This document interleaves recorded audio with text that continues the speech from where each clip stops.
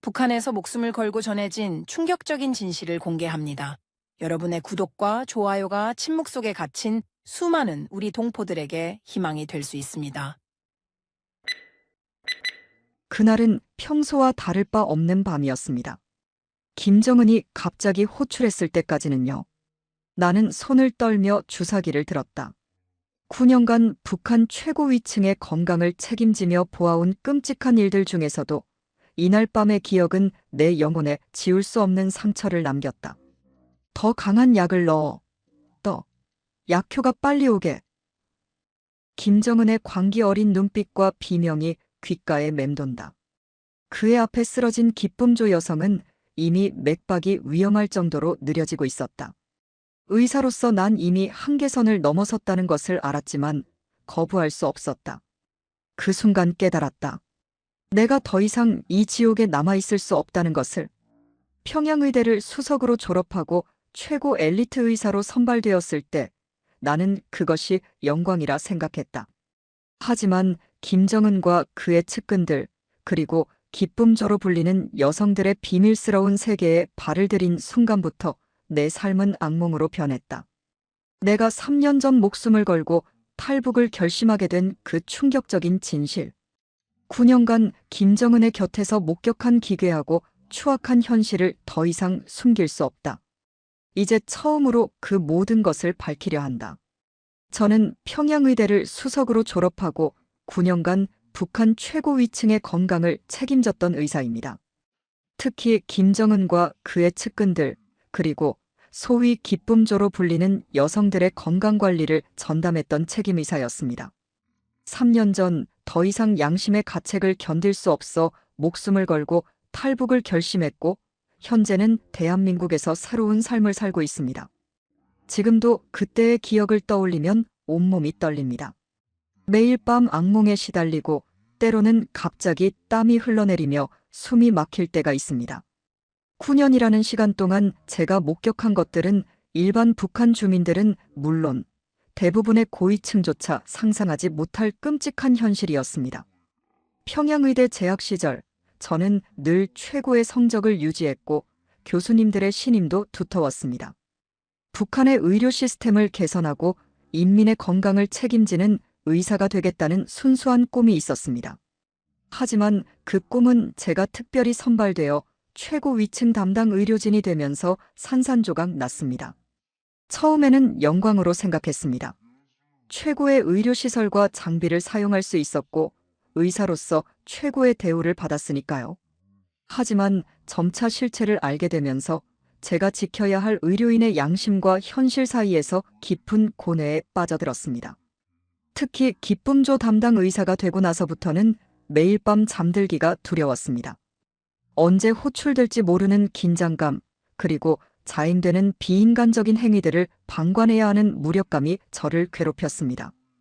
의과대학에서 배운 의료윤리는 이곳에서 전혀 통하지 않았습니다. 김정은의 기괴한 행동과 비정상적인 의료 요구는 시간이 갈수록 점점 더 심해졌습니다. 그의 변덕스러운 성격과 충동적인 행동은 측근들 사이에서도 두려움의 대상이었습니다. 최고 권력자의 건강을 책임지는 자리는 영광이 아닌 목숨을 건 위험한 도박과도 같았습니다. 지금 이 이야기를 하는 것조차 두렵습니다. 아직도 북한에 남아있는 가족들이 걱정되기 때문입니다. 하지만 더 이상 침묵할 수 없습니다. 세상은 북한의 실상을 알아야 합니다. 특히 김정은이라는 존재가 얼마나 위험하고 비정상적인지, 그리고 그의 통치 아래에서 벌어지는 끔찍한 인권유린의 실상을 폭로하는 것이 제가 할 수 있는 최소한의 양심적 행동이라 생각합니다. 이제부터 제가 경험한 충격적인 진실을 하나하나 밝히려 합니다. 이 이야기는 단순한 고발이 아닌 한 인간이 겪은 양심의 저항이자 생존을 건 투쟁의 기록입니다. 부디 이 증언이 북한의 변화를 이끄는 작은 계기가 되기를 바랍니다.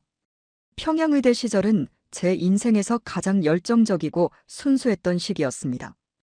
의과대학에 입학하기 위해서는 당성과 성분이 철저히 검증되어야 했고 저는 3대에 걸쳐 당에 충성했던 집안 배경 덕분에 선발될 수 있었습니다. 우리 아버지는 평양중앙병원의 외과 의사였고 어머니는 김일성 종합대학 교수였습니다. 그런 배경 덕분에 저는 어릴 때부터 최고의 교육을 받을 수 있었고 자연스럽게 의학의 길을 걷게 되었습니다. 특히 아버지께서 환자를 대하는 모습을 보며 의사라는 직업에 대한 동경을 키워왔습니다. 평양의대 재학 중에는 매일 새벽 4시에 일어나 공부했습니다.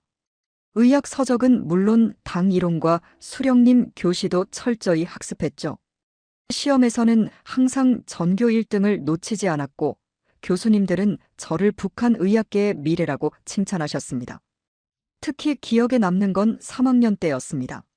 실습 과정에서 우연히 고위층 자제의 응급수술에 참여하게 되었는데 그때 보여준 침착성과 의료기술이 상부의 주목을 받았습니다. 이것이 나중에 제가 최고 위층 담당 의사로 발탁되는 계기가 되었다는 것을 나중에야 알게 되었습니다. 하지만 평양의대 시절부터 이미 의문점들이 있었습니다. 일반 주민들은 기본적인 약품조차 구하기 어려운데 특권층을 위한 의료시설에는 최신 외국 장비들이 가득했습니다. 환자의 생명은 평등해야 한다는 기본적인 의료 윤리가 북한에서는 철저히 계급에 따라 차별화되어 있었죠. 졸업을 앞두고 저는 평양의대 수석 졸업생으로서 큰 포부를 가지고 있었습니다. 북한의 의료 시스템을 개선하고 모든 주민이 평등한 의료 혜택을 받을 수 있도록 하는 것이 제 꿈이었습니다. 그러나 그것이 얼마나 순진한 생각이었는지는 시간이 지날수록 뼈저리게 깨닫게 되었습니다. 졸업식 날, 저는 수석 졸업생 자격으로 김정은에 대한 충성 맹세를 했습니다. 그때만 해도 저는 그 맹세의 의미를 진정으로 이해하지 못했습니다. 그것은 단순한 의례적인 행사가 아닌 제 양심과 의술을 당과 수령에게 완전히 바쳐야 한다는 서약이었다는 것을, 그리고 그 서약이 제 인생을 완전히 뒤바꿔 놓게 될 줄은 전혀 몰랐습니다. 수석 졸업 이후 저는 평양중앙병원에서 2년간 수련의 과정을 거쳤습니다. 실력을 인정받아 빠르게 승진했고 여러 고위층의 수술을 성공적으로 집도하면서 신임을 쌓았습니다. 그때까지만 해도 저는 제가 올바른 길을 가고 있다고 믿었습니다. 하지만 그것은 곧 산산조각날 환상에 불과했습니다. 기쁨조 담당 의사로 발탁되던 날을 저는 평생 잊지 못할 것입니다. 어느 날 갑자기 보위부 요원들이 병원으로 찾아와 저를 데려갔습니다. 아무런 설명도 없이 검은 차에 태워졌고 눈을 가린 채 어딘가로 이동했습니다. 그곳은 평양 중심부의 극비시설이었습니다. 삼엄한 경비를 뚫고 들어간 건물에서 저는 6시간 동안 신문과도 같은 면접을 받았습니다. 가족관계부터 시작해 개인의 취향, 성격, 심지어는 사소한 일상의 습관까지 모든 것을 캐물었습니다. 면접관들은 제가 평양의대 수석 졸업생이라는 것, 수술 실력이 뛰어나다는 것, 그리고 무엇보다 입이 무겁다는 평가를 받고 있다는 점을 강조했습니다. 마지막으로 그들은 제게 당신의 목숨과 가족의 안전을 걸고 절대 비밀을 지킬 수 있겠는가라고 물었습니다. 그렇게 저는 기쁨조 담당 의사가 되었습니다. 처음에는 그저 고위층을 위한 특별 의료진 정도로 생각했습니다. 하지만 현실은 상상을 초월했습니다. 저는 매일 밤 대기 상태여야 했고 언제든 호출되면 즉시 출동해야 했습니다. 첫 임무는 충격적이었습니다. 한밤중에 호출되어 도착한 곳은 호화로운 연회장이었습니다. 그곳에서 저는 처음으로 기쁨조의 실체를 목격했습니다. 어린 나이의 여성들이 고위 간부들의 향락을 위해 동원되고 있었고 저는 그들의 건강과 안전을 책임져야 했습니다. 의사로서 가장 괴로웠던 것은 이들에게 각종 약물을 투여해야 했다는 점입니다. 때로는 흥분제를, 때로는 진정제를 주사해야 했습니다. 그들의 몸과 마음이 망가져가는 것을 지켜보면서도 저는 아무것도 할 수 없었습니다. 특별 교육도 받았습니다. 최고 위층의 성향과 취향, 그들이 자주 요구하는 의료 처치, 절대 발설에서는 안 되는 사항들에 대해 철저히 교육받았습니다. 그리고 만약의 사태에 대비한 긴급 대처 요령도 배웠습니다. 이 모든 과정에서 가장 두려웠던 것은 자발적 충성 서약이었습니다. 매일 아침 수령님과 당을 위해 목숨을 바치겠다는 맹세를 해야 했고 주기적으로 충성도 평가를 받아야 했습니다. 한 번의 실수나 의심스러운 행동만으로도 저와 가족 모두가 위험에 처할 수 있었습니다. 점차 저는 이 시스템의 실체를 알아가게 되었습니다. 기쁨조는 단순한 향락 집단이 아닌 김정은 정권의 통치 수단이었습니다. 고위 간부들의 약점을 잡아두고 그들을 통제하는 수단으로 활용되고 있었던 것입니다. 기쁨조의 실체는 제가 상상했던 것보다 훨씬 더 체계적이고 조직적이었습니다. 철저한 위계 질서와 보안 체계, 그리고 끊임없는 감시가 이루어지고 있었죠. 의료진은 이 시스템의 핵심 부분이었습니다. 우리는 매일 아침 건강 체크를 시작으로 하루를 시작했습니다. 기쁨조 소속 여성들의 건강 상태를 꼼꼼히 점검하고 특히 전염성 질환이나 피부 질환 여부를 철저히 검사했습니다. 조금이라도 이상이 발견되면 즉시 격리 조치되었고 때로는 그들의 운명이 어떻게 되었는지 알 수 없는 경우도 있었습니다. 의료진은 총 5명이었고 각자 맡은 역할이 달랐습니다. 저는 주로 긴급 상황과 특별 요청에 대응하는 역할을 맡았습니다. 때로는 한밤중에 호출되어 위험한 상황을 처리해야 했고 그 과정에서 목격한 것들은 지금도 악몽으로 남아 있습니다. 기쁨조 조직은 놀랍도록 치밀했습니다. 연령대별, 외모별, 특기별로 분류되어 있었고 각각의 그룹마다 전담 관리자가 있었습니다. 새로운 멤버의 발굴부터 교육, 관리, 그리고 퇴출까지 모든 과정이 체계적으로 이루어졌습니다. 가장 충격적이었던 것은 이들을 선발하는 과정이었습니다. 전국 각지의 학교에서 예쁜 여학생들을 발굴하여 공은 배우가 되게 해주겠다. 예술단에 들어갈 수 있다는 식으로 속여 데려왔습니다. 순수한 꿈을 가진 어린 소녀들이 이곳에 와서 겪어야 하는 일들을 지켜보는 것은 너무나 고통스러웠습니다. 의료진으로서 우리는 이들의 신체적 건강만이 아니라 정신적 건강도 관리해야 했습니다. 우울증이나 자살 충동을 보이는 경우가 빈번했기 때문입니다. 하지만 우리가 할 수 있는 것은 진정제를 투여하는 정도뿐이었습니다. 특히 힘들었던 것은 각종 약물 투여였습니다. 피로 회복제부터 시작해서 각종 호르몬제, 심지어는 불법 약물까지.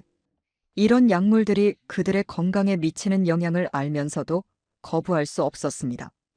그것은 위에서 내려온 지시였기 때문입니다.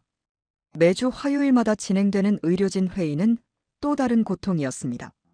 각자 담당하는 인원들의 건강 상태를 보고하고 특이사항을 공유해야 했습니다. 그 자리에서 때로는 누군가의 처리 여부가 결정되기도 했습니다. 의료인으로서 인간의 생명을 다루는 일에 이렇게 무책임해야 한다는 것이 저를 끊임없이 괴롭혔습니다. 김정은과의 첫 대면은 제가 기쁨조 담당 의사가 된 지 3개월 후였습니다. 깊은 밤 급한 호출을 받고 도착한 곳은 평양교회의 한 별장이었습니다. 그곳에서 저는 처음으로 김정은의 실체를 목격했고 그의 기괴한 성격을 직접 경험하게 되었습니다. 당시 김정은은 심한 편두통을 호소하고 있었습니다. 하지만 그의 상태를 진찰하는 것조차 쉽지 않았습니다. 그는 극도의 불신과 의심이 가득한 눈으로 저를 바라보았고 진찰 과정에서도 끊임없이 위협적인 말들을 내뱉었습니다. 특히 인상적이었던 것은 그의 급격한 감정 변화였습니다. 한순간 고통을 호소하며 애처로운 모습을 보이다가도 갑자기 폭력적인 성향을 드러내곤 했습니다. 그의 곁에 있던 측근들은 그가 화를 낼 때마다 공포에 질린 표정을 지었습니다. 진료 과정에서 저는 김정은의 건강 상태가 매우 좋지 않다는 것을 발견했습니다. 과도한 음주와 흡연, 불규칙한 생활로 인한 각종 질환이 있었고 특히 정신적인 불안정성이 심각했습니다. 하지만 이런 사실을 직접적으로 지적하는 것은 불가능했습니다. 그날 이후로 저는 자주 김정은의 건강을 체크하게 되었습니다. 매번 진료할 때마다 그의 특이한 성격과 행동은 더욱 극명하게 드러났습니다. 때로는 한밤중에 갑자기 불려가 몇 시간 동안 그의 건강에 대한 걱정을 들어줘야 했고 때로는 터무니없는 치료를 요구받기도 했습니다. 가장 힘들었던 것은 그의 변덕스러운 성격을 감당하는 일이었습니다. 한 번은 제가 처방한 약이 즉각적인 효과를 보이지 않는다는 이유로 저를 처형하겠다고 위협했습니다. 다행히 그날따라 옆에 있던 측근의 중재로 위기를 모면했지만 그 후로 저는 매일 밤 악몽에 시달렸습니다. 김정은은 자신의 건강 상태가 외부에 알려지는 것을 극도로 경계했습니다. 모든 진료 기록은 즉시 파기되어야 했고 관련된 이야기는 절대 입 밖에 내서는 안 되었습니다. 이를 어기면 가족까지 처벌받을 것이라는 경고를 수시로 들어야 했습니다. 그의 곁에서 근무하면서 저는 점점 더 큰 공포와 불안에 시달렸습니다. 언제 그의 심기를 건드려 목숨을 잃을지 모른다는 두려움, 그리고 의사로서 지켜야 할 원칙들을 저버려야 한다는 죄책감이 저를 옥죄었습니다. 이것은 단순한 의료 행위가 아닌 매일매일이 생존을 위한 사투였습니다. 김정은의 기괴한 의료 요구는 시간이 갈수록 더욱 극단적으로 변해갔습니다. 그 중에서도 가장 비정상적이었던 것은 그의 수면 관리에 관한 것이었습니다. 그는 극도의 불면증에 시달렸고 이를 해결하기 위해 점점 더 강력한 약물을 요구했습니다. 처음에는 일반적인 수면제로 시작했지만 곧 내성이 생겼습니다. 그러자 그는 더 강한 약물을 요구하기 시작했고 심지어는 외국에서 불법으로 들여온 약물도 사용하게 되었습니다. 제가 위험성을 경고하면 내가 감히 나한테 의견을 내놓아 라며 폭력적인 반응을 보였습니다. 또 다른 특이한 요구는 통증 관리였습니다. 김정은은 사소한 통증도 참지 못했습니다. 어떤 날은 깊은 밤중에 갑자기 호출되어 단순한 근육통 때문에 몇 시간씩 마사지를 해야 했습니다. 그러면서도 의료진을 전혀 신뢰하지 않아 모든 약물은 다른 사람에게 먼저 테스트하게 했습니다. 가장 비윤리적이었던 것은 기쁨조 멤버들에 대한 의료 처치였습니다. 김정은은 그들에게 각종 약물을 투여하도록 지시했고 때로는 위험한 실험도 강요했습니다.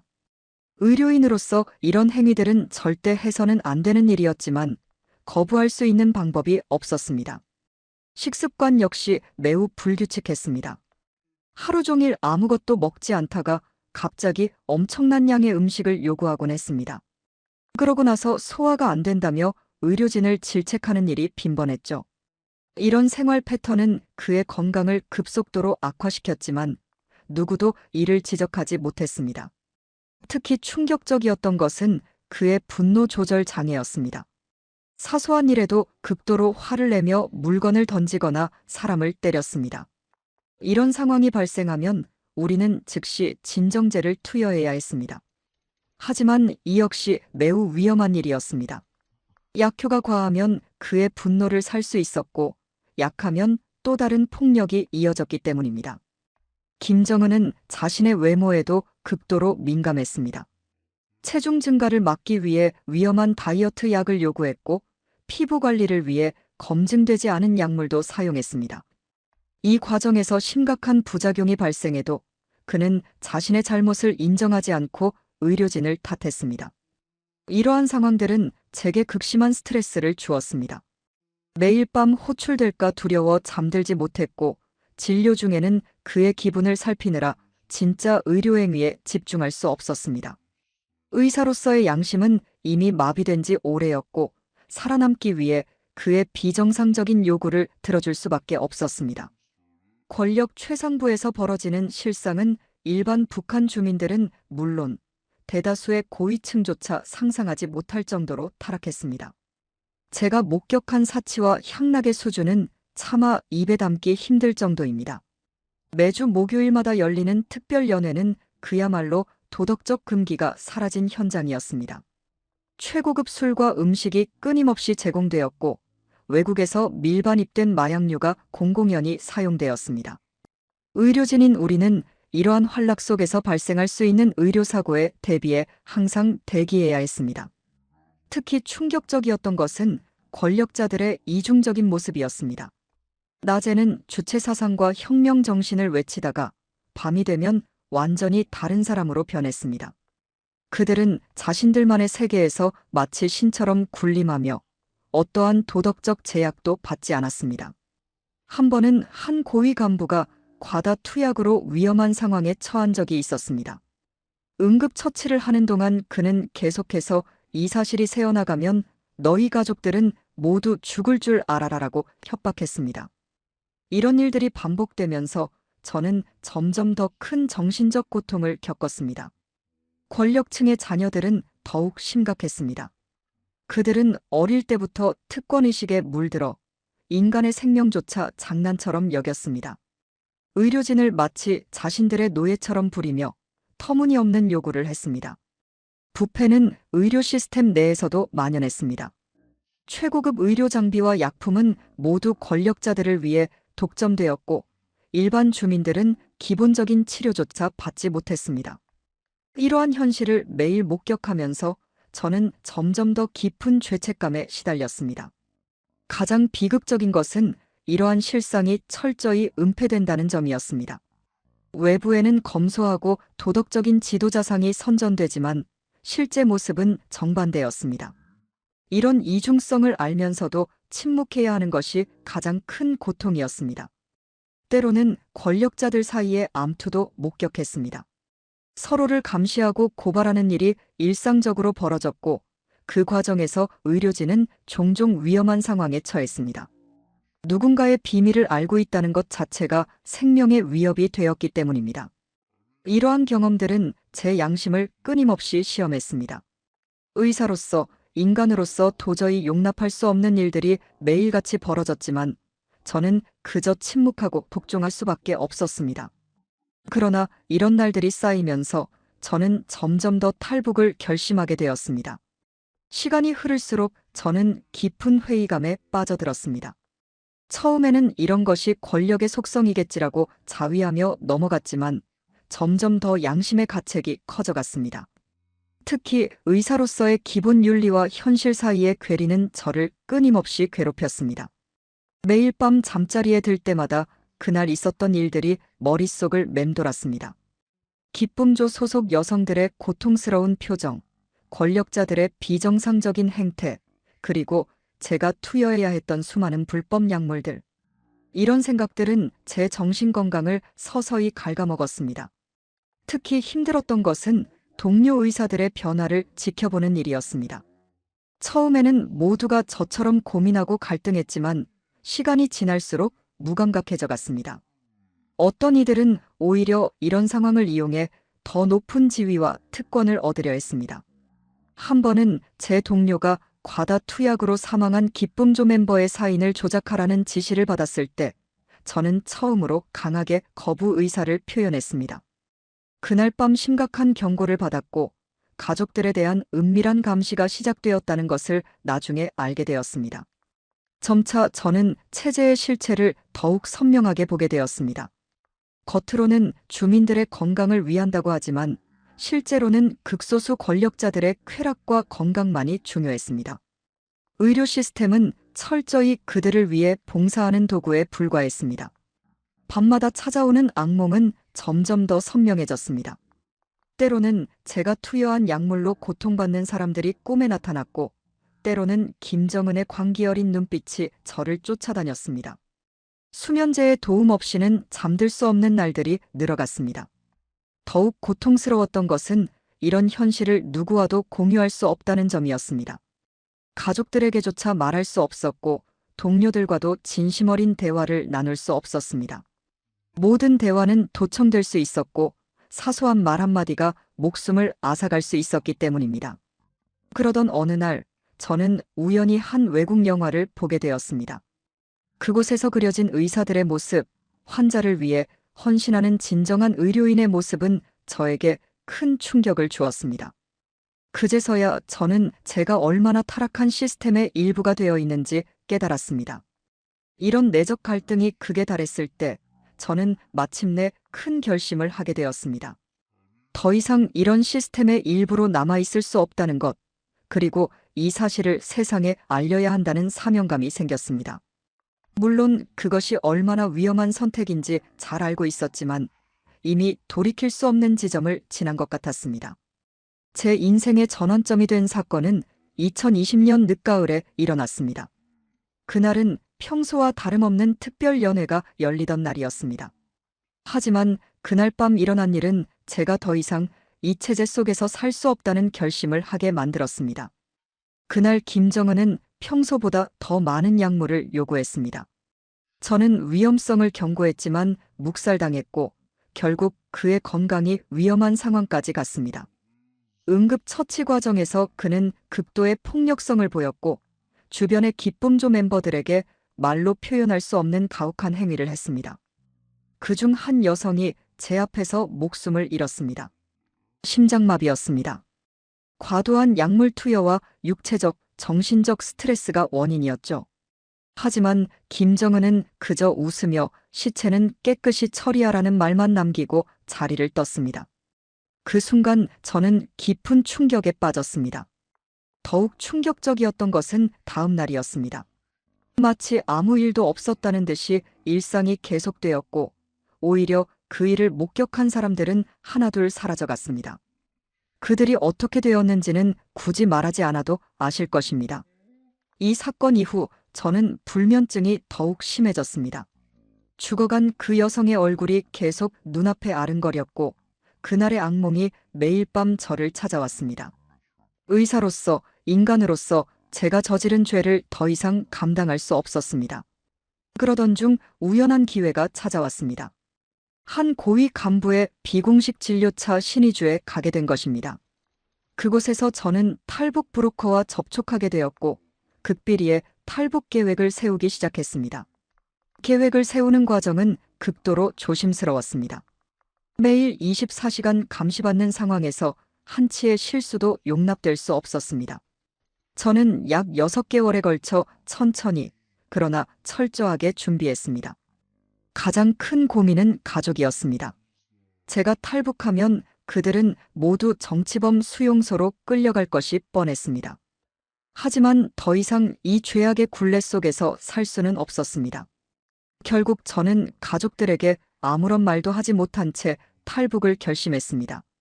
그리고 마침내 그날이 왔습니다. 신의주에서의 또 다른 진료 일정이 잡혔을 때 저는 그것이 마지막 기회라고 생각했습니다. 모든 것이 계획대로 진행된다면 자유를 찾을 수 있었지만 조금이라도 실수하면 목숨을 잃을 수 있는 위험한 도전이었습니다. 탈북 과정은 그야말로 생사를 넘나드는 사투였습니다. 신의주에서의 진료를 마치고 저는 미리 약속된 시간에 정해진 장소로 향했습니다. 당시 저를 감시하던 보위부 요원들을 따돌리기 위해 위장질환을 핑계로 화장실에 들어갔다가 뒷문으로 빠져나왔습니다. 브로커와의 만남 장소는 시장 뒤편의 한 창고였습니다. 그곳에서 저는 평소 입던 옷을 모두 버리고 일반 주민의 옷으로 갈아입었습니다. 당시 제가 입고 있던 옷에는 위치 추적 장치가 부착되어 있을 가능성이 높았기 때문입니다. 그날 밤 국경을 넘기로 했습니다. 하지만 예상치 못한 상황이 발생했습니다. 갑자기 불어난 폭우로 강물이 불어나 있었고 국경 경비가 평소보다 더욱 삼엄했습니다. 브로커는 다음 기회를 기다리자고 했지만 저는 돌아갈 수 없었습니다. 이미 제가 사라졌다는 사실이 발각되었을 것이 분명했기 때문입니다. 결국 우리는 무모한 도전을 감행했습니다. 폭우가 쏟아지는 깊은 밤 강을 건너기 시작했습니다. 차가운 물살이 저를 덮쳤고 여러 번 익사할 뻔했습니다. 게다가 멀리서 경비병들의 호루라기 소리가 들려왔고 수색용 조명이 우리 주변을 비추기 시작했습니다. 그때 갑자기 총성이 울렸습니다. 경비병들이 우리를 발견한 것입니다. 물속에서 필사적으로 헤엄치는 동안 총알이 머리 위로 날아다녔습니다. 브로커는 제게 절대 뒤돌아보지 말라고 소리쳤고 저는 오직 앞만 보고 헤엄쳤습니다. 마침내 중국 땅에 도착했을 때는 이미 체력이 완전히 소진된 상태였습니다. 하지만 안도할 시간이 없었습니다. 즉시 미리 준비된 차량에 올라타야 했고 우리는 쉬지 않고 내륙으로 달렸습니다. 이동 중에도 끊임없는 긴장의 연속이었습니다.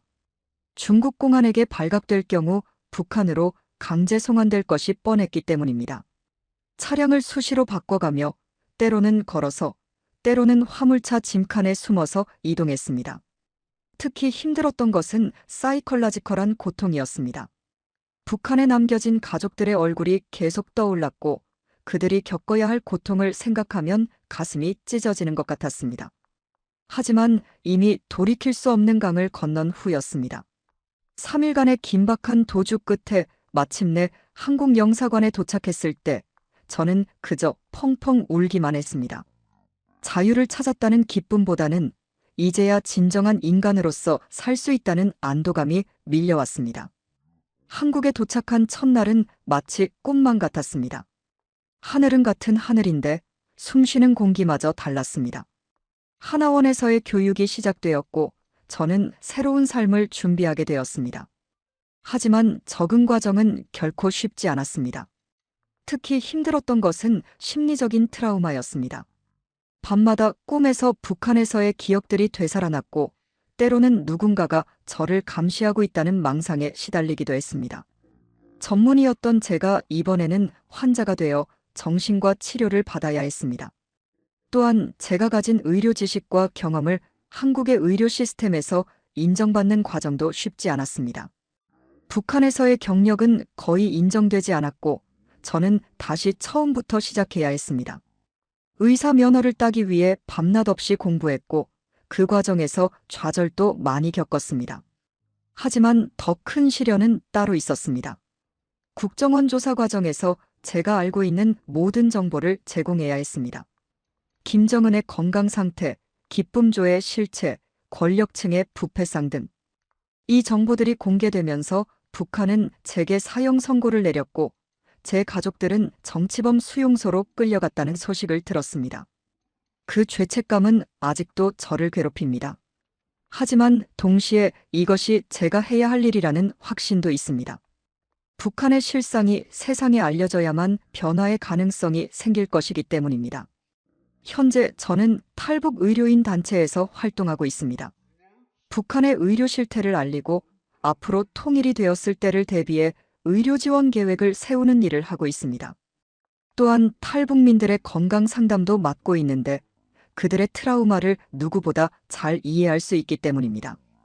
가끔 제가 올바른 선택을 한 것인지 의문이 들 때도 있습니다. 하지만 그때마다 북한에서 마지막으로 목격했던 그 여성의 죽음을 떠올립니다. 그리고 다시 한번 제가 해야 할 일이 무엇인지 깨닫게 됩니다. 이제 저는 제 경험을 증언하고 기록으로 남기는 작업을 하고 있습니다. 비록 위험이 따르지만 이것이 제가 의사로서, 인간으로서 해야 할 마지막 의무라고 생각합니다. 북한의 실상이 더 많이 알려질수록 변화의 가능성도 커질 것이라 믿습니다. 언젠가는 북한에 남겨진 제 가족들을 다시 만날 수 있기를 간절히 기도합니다. 그들에게 제가 왜 이런 선택을 할 수밖에 없었는지 설명하고 싶습니다. 그때까지 저는 계속해서 진실을 알리는 일을 멈추지 않을 것입니다. 김정은의 건강 상태는 외부에 알려진 것보다 훨씬 심각합니다. 제가 마지막으로 그를 진료했을 당시 그의 건강은 매우 위태로운 상황이었습니다.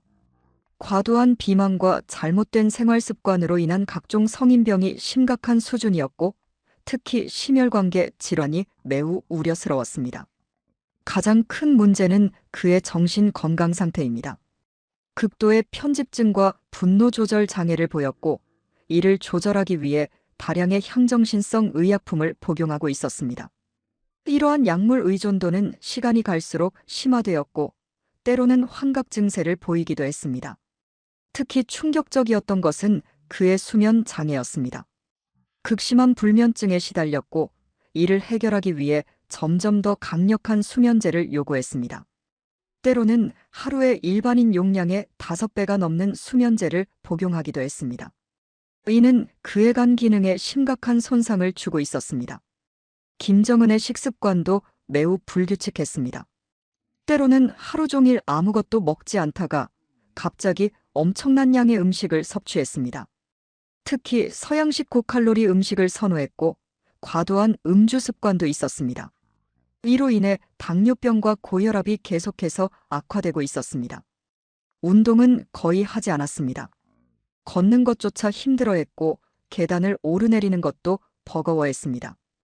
그럼에도 불구하고 외부에는 건강한 모습만을 보여주기를 원했고, 이를 위해 각종 영상과 사진을 조작하도록 지시했습니다.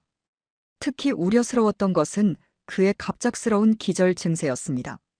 스트레스가 심할 때면 의식을 잃는 경우가 있었고, 이런 상황이 발생할 때마다 측근들은 극도의 긴장 상태에 빠졌습니다.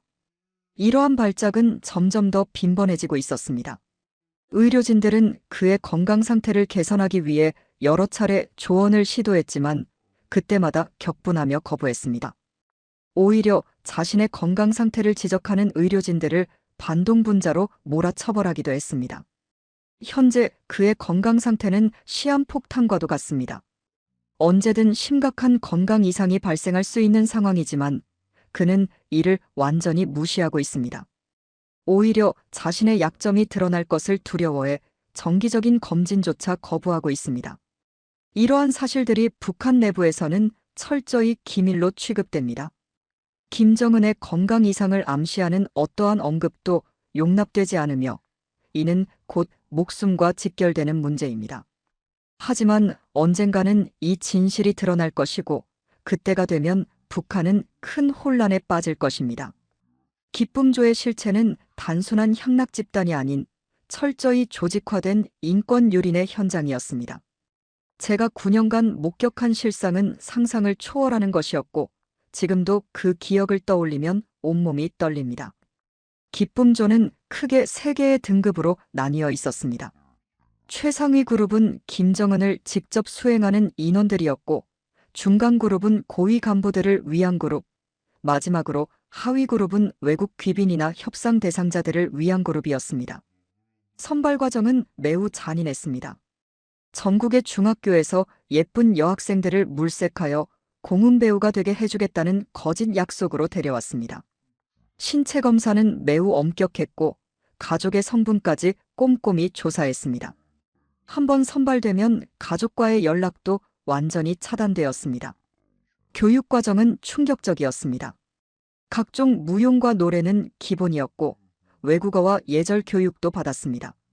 하지만 그 이면에는 말로 표현할 수 없는 폭력이 있었습니다. 조금이라도 실수하면 가혹한 체벌이 가해졌고 때로는 시범이라는 명목으로 끔찍한 일들이 자행되었습니다. 의료진으로서 가장 괴로웠던 것은 이들에게 강제로 약물을 투여해야 했다는 점입니다. 수면제, 진정제는 물론이고 각성제와 호르몬제까지. 이러한 약물들이 그들의 건강에 어떤 영향을 미치는지 알면서도 저는 그저 지시에 따를 수밖에 없었습니다. 특히 충격적이었던 것은 임신했을 경우의 처리 과정이었습니다. 즉각적인 강제 낙태가 이루어졌고 이 과정에서 많은 여성들이 심각한 후유증을 겪었습니다. 심지어 영구적인 불임이 되는 경우도 있었습니다. 기쁨조 멤버들의 수명은 매우 짧았습니다. 과도한 스트레스와 약물 남용 그리고 비인간적인 대우로 인해 많은 이들이 20대 후반이면 심각한 건강 문제를 겪었습니다. 하지만 그들에 대한 적절한 치료는 이루어지지 않았고 더 이상 쓸모없다고 판단되면 처리되었습니다. 가장 비극적인 것은 이들이 완전히 고립되어 있다는 점이었습니다. 외부와의 접촉이 철저히 차단되었고 서로 간의 대화도 감시받았습니다. 도망치려는 시도는 가혹한 처벌로 이어졌고 대부분 생명을 잃었습니다. 이러한 실상은 철저히 은폐되어 있습니다. 북한 내부에서도 극소수만이 이 사실을 알고 있으며 알고 있더라도 입 밖에 내지 못합니다. 하지만 이제는 이 끔찍한 인권 유린의 실상이 세상에 알려져야 한다고 생각합니다. 현재 저는 통일 한국의 의료 시스템 구축을 준비하는 일에 참여하고 있습니다. 북한의 의료 실태를 정확히 알고 있는 전문가로서 제가 할 수 있는 역할이 있다고 믿기 때문입니다. 동시에 탈북민들의 건강을 돌보는 일도 하고 있습니다. 특히 중점을 두고 있는 것은 북한 주민들의 정신 건강 문제입니다. 오랜 세뇌와 통제, 그리고 극도의 공포 속에서 살아온 이들의 트라우마는 매우 심각합니다. 저 역시 같은 경험을 했기에 그들의 고통을 누구보다 잘 이해할 수 있습니다. 최근에는 국제인권단체들과 협력하여 북한의 인권 실태를 고발하는 활동도 하고 있습니다. 특히 기쁨조와 관련된 증언은 국제사회에 큰 충격을 주었고 이를 통해 북한 정권에 대한 프레셔가 커지고 있습니다. 하지만 이러한 활동들이 결코 쉽지는 않습니다. 북한은 저를 민족의 반역자로 규정하고 끊임없이 위협하고 있습니다. 한국에서도 신변 보호를 받으며 살아야 하는 상황이고 가끔은 두려움에 떨기도 합니다. 그럼에도 불구하고 제가 이 일을 계속하는 이유는 분명합니다. 북한에 남아있는 수많은 사람들, 특히 기쁨조에서 고통받고 있는 여성들을 위해서입니다. 그들의 인권이 회복되고 인간다운 삶을 살 수 있게 되는 그날까지 저는 이 증언을 멈추지 않을 것입니다. 현재 가장 시급한 것은 국제사회의 실질적인 개입입니다. 단순한 비난이나 제재를 넘어서 실제적인 변화를 이끌어낼 수 있는 조치들이 필요합니다. 특히 인권 유린의 현장에 대한 구체적인 조사와 책임자 처벌이 이루어져야 합니다.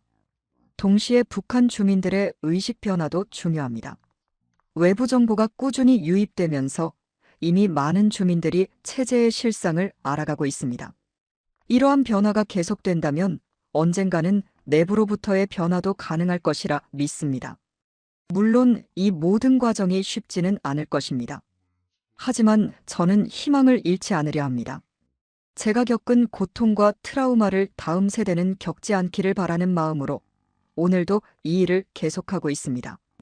언젠가 통일이 되어 북한 주민들이 자유롭게 살 수 있는 그날이 온다면 그때 저는 당당히 평양으로 돌아가 진정한 의사로서의 역할을 다하고 싶습니다. 그것이 제가 꿈꾸는 마지막 희망입니다. 이 글을 읽고 계신 모든 분들께 간절한 부탁을 드립니다. 제가 증언한 이 모든 이야기들이 단순한 고발로 끝나지 않기를 바랍니다. 지금 이 순간에도 북한에서는 수많은 사람들이 고통받고 있습니다. 특히 기쁨조에서 신음하고 있는 어린 여성들을 위해 목소리를 내주십시오. 그들은 자신들의 처지를 알릴 수도 도움을 요청할 수도 없는 상황에 놓여 있습니다. 국제사회가 이들의 인권 유린 실태를 주목하고 실질적인 조치를 취해야 합니다. 김정은 정권의 실체도 더 널리 알려져야 합니다. 겉으로 보이는 모습과 실제는 완전히 다릅니다. 그의 건강 상태가 위태롭다는 것은 북한 체제의 불안정성을 의미하며 이는 곧 한반도 전체의 안보 문제와 직결됩니다. 북한에 남아있는 의료진들에게도 말씀드리고 싶습니다. 여러분들이 처한 상황이 얼마나 힘든지 잘 알고 있습니다. 하지만 의료인으로서의 양심을 완전히 저버리지 마시기 바랍니다. 언젠가는 여러분들도 자유롭게 의술을 펼칠 수 있는 날이 올 것입니다. 탈북을 고민하는 분들께 말씀드립니다. 자유를 찾아오는 길이 결코 쉽지는 않습니다. 하지만 불가능한 것도 아닙니다. 철저한 준비와 용기, 그리고 적절한 타이밍이 필요할 뿐입니다. 이미 많은 선배 탈북자들이 새로운 삶을 살아가고 있습니다. 한국 정부와 국민 여러분께도 부탁드립니다. 탈북민들을 단순한 동정의 대상이 아닌 함께 살아갈 동반자로 봐주시기 바랍니다. 우리는 같은 민족이며 언젠가는 하나가 되어야 할 형제자매입니다. 마지막으로 제 가족들에게 전하고 싶은 말이 있습니다. 아버지, 어머니, 그리고 동생에게 내가 선택한 길이 옳았는지는 아직도 확신할 수 없습니다. 하지만 언젠가 여러분들을 다시 만날 수 있다는 희망으로 살아가고 있습니다. 이제 저는 새로운 도전을 시작하려 합니다. 더 많은 증언을 하고 더 많은 진실을 알리려 합니다. 비록 위험이 따르겠지만 이것이 제가 가야 할 길이라 믿습니다. 여러분들의 관심과 지지가 저에게는 큰 힘이 됩니다. 진실은 결코 영원히 감춰질 수 없습니다. 언젠가는 모든 것이 밝혀지고 정의가 실현될 것입니다. 그날까지 저는 계속해서 목소리를 낼 것입니다. 여러분들의 많은 관심과 지지를 부탁드립니다. 감사합니다. 이 증언을 마무리하며 마지막으로 하고 싶은 말이 있습니다. 제가 경험한 모든 것들은 단순한 개인의 이야기가 아닌 현재 진행형인 북한의 현실입니다. 지금 이 순간에도 수많은 사람들이 같은 고통을 겪고 있습니다. 탈북 이후 3년이 지났지만 아직도 밤마다 악몽에 시달립니다. 때로는 제가 여전히 그곳에 있는 것 같은 착각에 빠지기도 합니다. 하지만 이제는 그 고통을 피하지 않으려 합니다. 오히려 그 기억들이 제가 해야 할 일을 더욱 분명하게 만들어주기 때문입니다. 특히 김정은의 건강 상태는 매우 위험한 수준입니다. 이는 단순한 개인의 건강 문제가 아닌 한반도 전체의 안보와 직결된 문제입니다. 그의 갑작스러운 유고 상황은 예측할 수 없는 혼란을 야기할 수 있습니다. 기쁨조 문제 역시 더 이상 방치해서는 안 됩니다. 그들은 단순한 향락의 도구가 아닌 인간입니다. 자신의 의지와 상관없이 끌려와 짓밟히고 있는 어린 영혼들을 위해 국제사회는 더욱 적극적인 조치를 취해야 합니다. 저는 앞으로도 계속해서 이 진실을 알리는 일을 할 것입니다. 위험이 따르더라도 이것이 제가 할 수 있는 최소한의 책임이라 생각합니다. 북한에서의 9년이라는 시간 동안 제가 보고 겪은 모든 것들이 역사에 기록되어야 합니다. 언젠가 통일이 된다면 그때 우리는 이 모든 진실을 마주해야 할 것입니다. 그것은 분명 고통스러운 과정이 되겠지만 반드시 거쳐야 할 길입니다. 진정한 화해와 통합을 위해서는 진실이 밝혀져야 하기 때문입니다. 마지막으로 북한에 남아있는 모든 분들께 희망의 메시지를 전하고 싶습니다. 변화는 반드시 올 것입니다. 비록 지금은 어둡고 힘든 시간을 보내고 계시겠지만 결코 희망을 잃지 마시기 바랍니다. 우리는 반드시 다시 만날 것입니다. 이것으로 저의 증언을 마칩니다. 긴 이야기를 읽어주셔서 감사합니다. 부디 이 증언이 작은 변화의 시작이 되기를 간절히 바랍니다. 자유와 진실을 향한 여정은 계속됩니다. 보충 설명과 자료 요청 안내. 본 증언은 여러 사실관계를 포함하고 있으며 추가적인 자료나 정보가 필요하신 분들은 아래의 경로를 통해 연락 주시기 바랍니다. 연락처 정보 삭제됨 보안상의 이유로. 특히 다음과 같은 내용에 대해서는 별도의 상세 자료를 준비하고 있습니다. 북한 의료 시스템의 실제 운영 현황. 고위층 의료 서비스의 구체적 실태. 기쁨조 조직의 상세 구조와 운영 방식. 김정은의 건강 상태에 관한 의학적 분석. 탈북 과정에서의 구체적 경로와 방법. 북한 내 의약품 공급 실태. 권력층의 사치와 향락 실태. 다만 증언자의 신변 보호와 북한에 남아있는 가족들의 안전을 위해 일부 내용은 비공개로 처리됨을 양해해 주시기 바랍니다. 본 증언은 향후 단행본으로 출간될 예정이며 더욱 상세한 내용이 포함될 것입니다. 출간 일정은 추후 공지하도록 하겠습니다. 끝으로 이 증언이 널리 알려져 북한의 인권 개선에 도움이 되기를 바랍니다.